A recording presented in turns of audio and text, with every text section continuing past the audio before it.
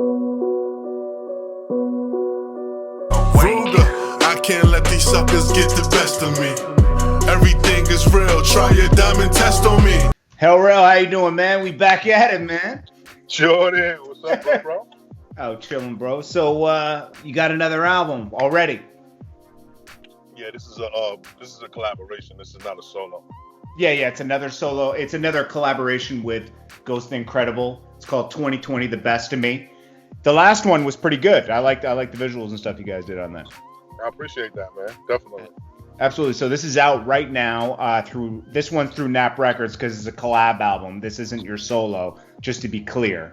Okay, so things are getting a little spooky for Dame Dash recently. I always respect Dame Dash. He was inspirational to all of us. We got to give him that.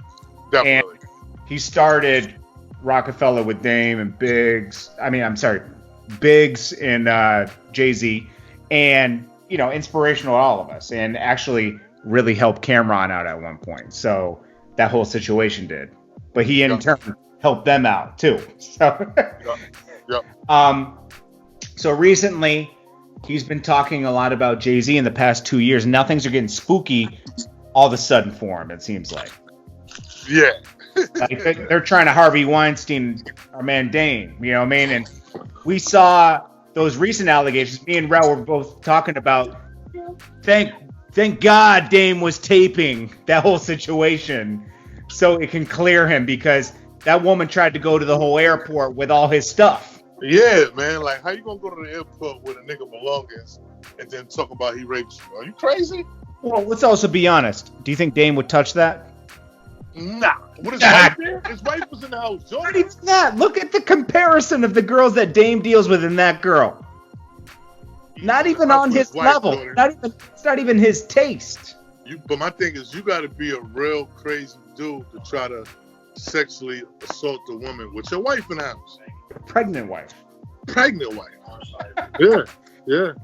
So I think that. I mean, we know who Dame Dash recently made mad. That lawyer.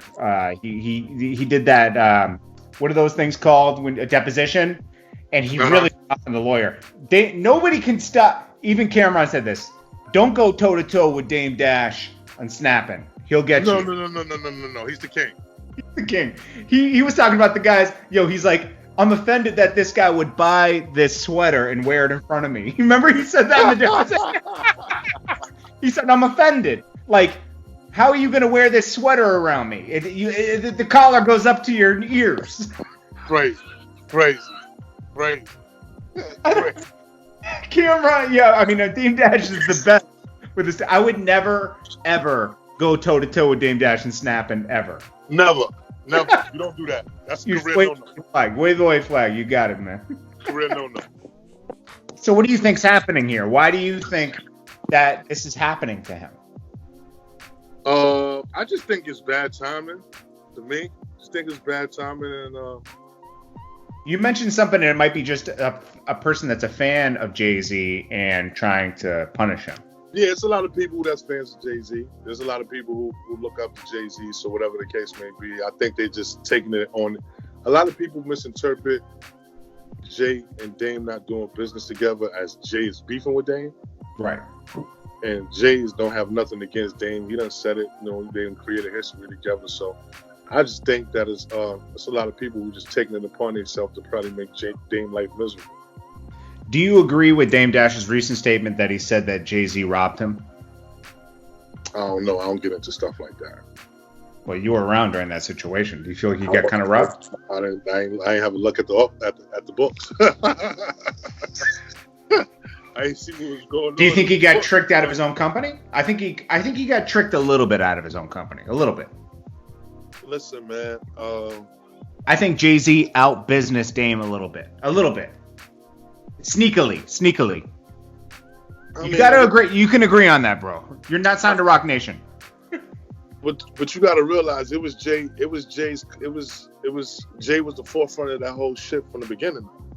Yeah, no, he was the main brand. Absolutely. And he was a CEO. It's not like he was a artist. He had a third. He had a third of the company. Yeah, so he did what was best for him at one point. Yeah, yeah. Listen, if I'm a rapper, so it's like I could pretty much say, you know, I could have been the Jay-Z in the situation. You understand what I'm saying? Yeah. But one thing I can say about Dame, everybody that he was in that office with screaming on in Def Jam called him years later and told him he was right. He was definitely right in that situation. He was fighting for the artist. Yeah. But little did he know. He didn't even know that Jay-Z called that meeting. He didn't even know Jay-Z called that meeting. So that's where I say there was sneaky tactics where Jay-Z was moving for his best interest, which every man does at one point sometimes, because you reach a certain age and you're looking at, I could see where Jay-Z in his mind was like, Dame is distracted with this and that, not focusing enough on my project. I got to do what's best for me on my project. Right. Possibly. Because you got to look at two different mind states. Dame Dash is the guy that's running the show, so he feels slighted because he wasn't called to a meeting involving one of his artists. But then Jay-Z felt like he was being ignored because he was used to getting all the attention, and he felt like he had to take his career more into his own hands than ever before. Possibility. So there's two different ways to look at that situation. Absolutely. And nothing lasts forever. We'll say that. Absolutely. Nothing lasts forever. So, next topic. How are we going to talk about this? I'm just going to say this, Rel. Young Buck.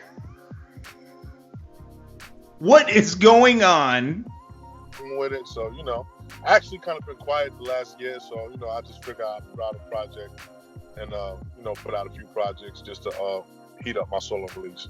Yeah, and you have a pretty good chemistry with Ghost the Incredible, obviously. He's comes from a totally different area of the country, so, you know, you're linking up with him. Yeah, definitely. He's from Nebraska, so, you know, that whole Midwest movement, there's definitely a lot of untapped markets out there, so, you know, we definitely got good chemistry. I know you went on about him last time. You gave us a little background. What do you feel like your chemistry is with him? Like, give me a little bit of backstory. Like, what do you like about Ghost the Incredible? Nah, he's actually a really hood motherfucker. You know what I'm saying? Even though he's a white boy or whatever the case may be, he's from the hood. He took me to his hood. That shit looked like a fucking war zone hit it. So you know, you understand what I'm saying? Like, if you look at him, you would just think he fucking listen to rock and roll and motherfucking, you know, smoke fucking dabs all day and shit. But, yeah. He's definitely hood. You know what I'm saying? He's a real dude, and I feel his story. You know what I'm saying? Absolutely. So after this project, so we got 2020 Best of Me. That's out right now, featuring T-Rock. Then you're coming with the Golden Triangle, right? That's a fact. And that should come first quarter? Oh, Jordan, listen to me. This Golden Triangle is straight Haran, brother. This right here, 2-3 years in the making. So this coming the end of the first quarter, beginning of the second. Okay, so right around like March-ish? No, in like middle of February. Okay, so first quarter, we're good. Yeah, first quarter. People should look forward to that, because if you're giving them heat on a collab project, I can only imagine what you got for your project. Oh, nah, this is no games right here. Definitely not playing. Okay, so guys, make sure you stay tuned for Golden Triangle, and they can follow you at The Real Hell Rell on Instagram. That's right. I can't let these suckers get the best of me. Everything is real. Try your diamond test on me.